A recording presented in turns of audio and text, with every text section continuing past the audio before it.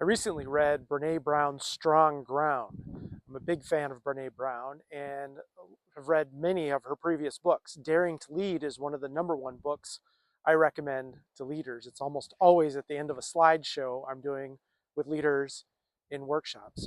In reading Strong Ground, I really resonated with so many of our ideas and really connected some of what I've been thinking about with her perspective.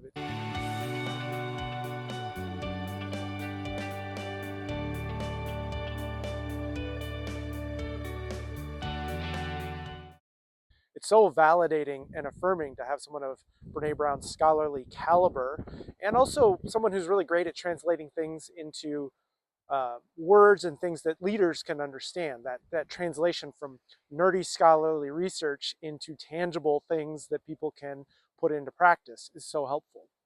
So I thought I would share with you a few of the connections that I made in reading Strong Ground.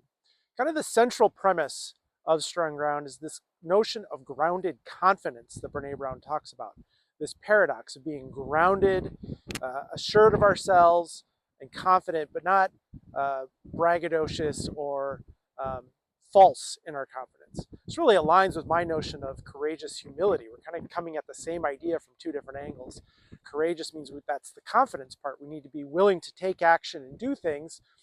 And the humility means that's the grounded part. We need to not be full of ourselves and braggadocious, but really have that sense of self within that. I also really resonated with Brown talking about mindsets and skill sets. Mindsets being bigger picture ideas and skill sets being very tangible things we can put into action. I often talk about approaches and strategies. I love engaging in a podcast conversation where I walk away with approaches about ways to think about it at the grand scale and strategies that we can put into practice right away. So my approaches and strategies really resonated with mindsets and skill sets. Brown also brings in other thinkers throughout the book in little snippets and little introductions, little poetry, and some chapters from past books and a forthcoming book.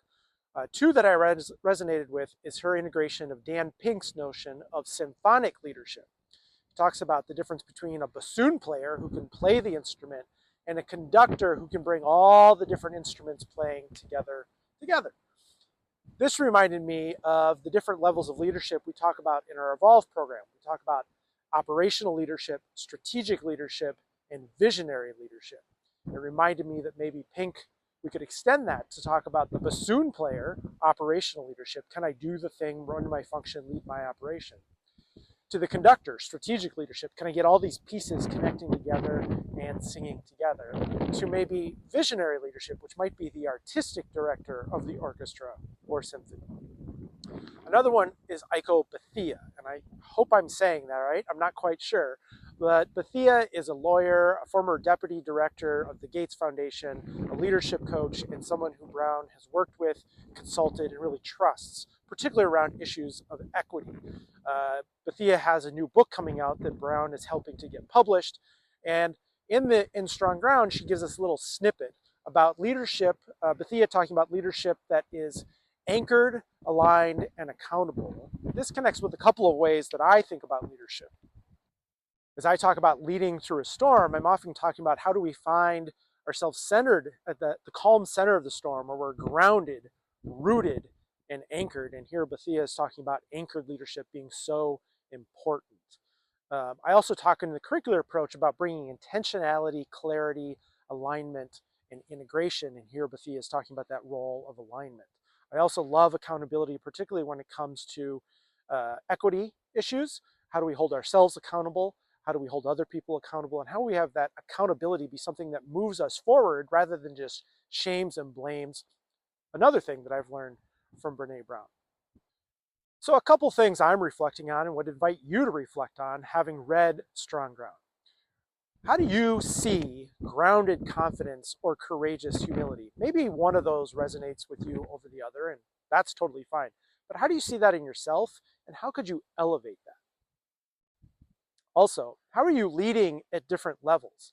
Where is operational leadership needed, strategic leadership, and visionary leadership? How does the metaphor of the bassoon player or the trumpet player, or the timpani player, the conductor, and the artistic director, how is that helpful in thinking about your leadership? What is needed? Where are your preferences, and where are they aligned and misaligned? And finally, how is your leadership anchored, aligned, and accountable? And how could it be more so? More anchored, more aligned, and more accountable.